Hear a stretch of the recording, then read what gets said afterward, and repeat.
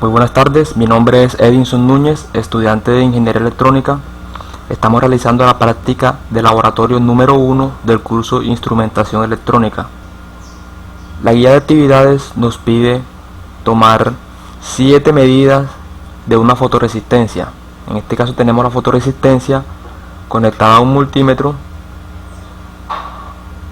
y tenemos el control de intensidad de luz simulado en la fotoresistencia. Tomamos la primera medida, 576 ohmios. Segunda medida, 669 ohmios. Tercera medida, 760 ohmios.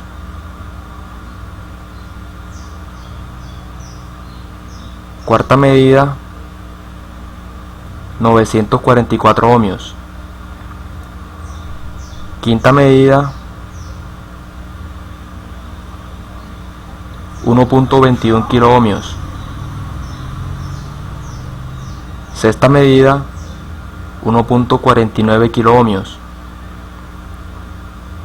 Séptima medida, 2.68 kiloohmios.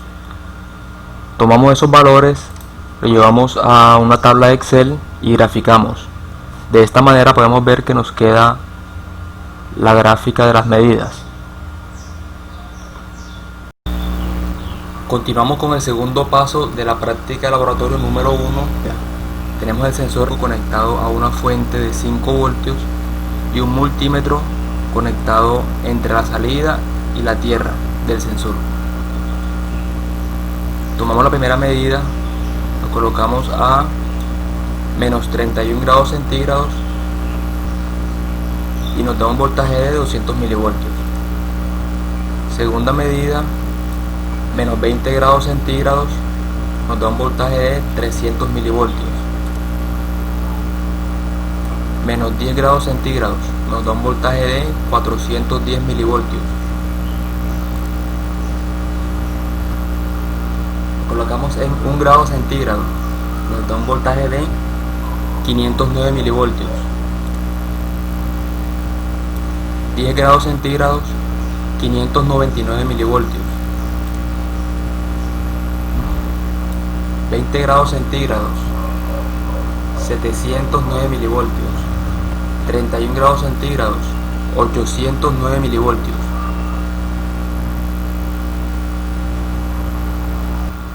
Tomamos los valores, los consignamos en una tabla de Excel y graficamos. Aquí podemos ver que nos da una gráfica lineal del voltaje con respecto a la temperatura. Continuamos con el siguiente punto de la práctica número 1. Nos dice que en el software Tinkercad implemente un puente de Wheatstone alimentado con 5 voltios para medir la variación de la fotoresistencia, equilibre el punto de la fotoresistencia a 0% de luz, varíe la intensidad de luz hasta el máximo y obtenga una gráfica de intensidad de luz versus salida del puente. Realizamos los cálculos de la resistencia teniendo en cuenta que cuando el puente de Wheatstone está equilibrado, se cumple que R2 sobre R1 es igual a Rx sobre R3.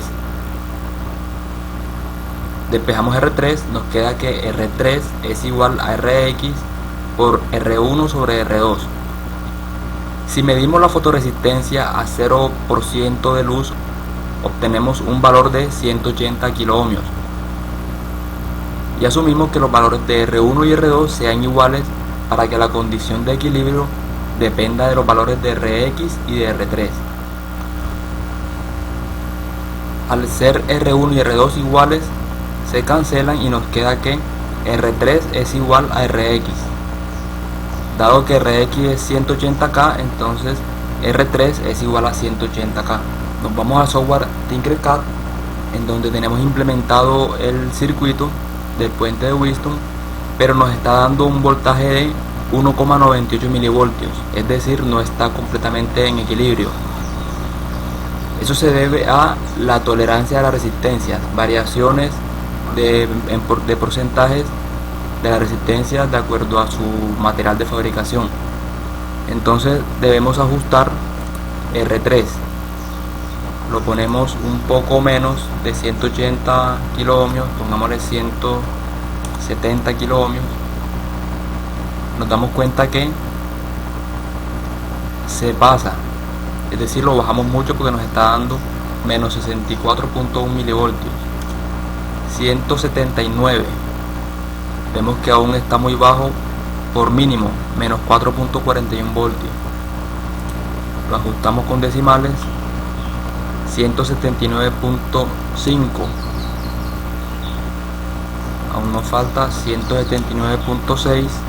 aquí sí nos dio el puente en equilibrio. Tomamos varias medidas variando la intensidad de luz. Colocamos en este punto, nos da 3,11 voltios. El siguiente punto, 3,16 voltios.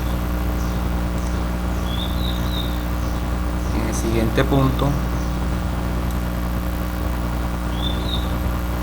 3,17 voltios.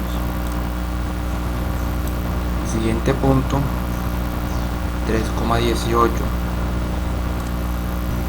En el último punto, 3,18.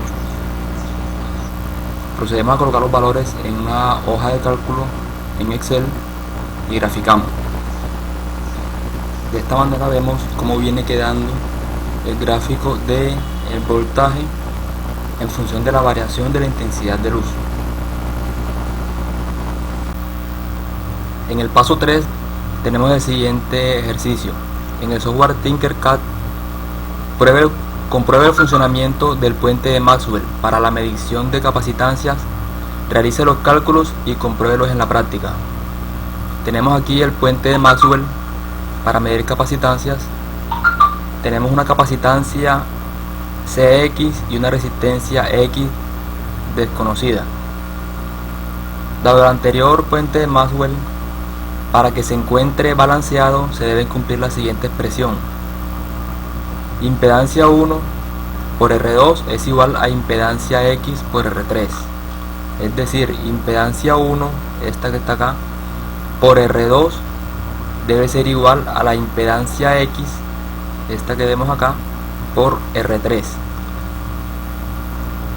Para facilitar las operaciones llevamos las impedancias a su equivalente en admitancia. Y tenemos que YX, es decir, admitancia X por R2 es igual a admitancia 1 por R3. Reemplazamos admitancia X por 1 sobre Rx más JW por Cx es igual a R3 sobre 2 por 1 sobre Rx más JW por C1. En este caso multiplicamos R3 sobre R2 por los dos factores que se encuentran dentro del paréntesis, nos queda de esta manera.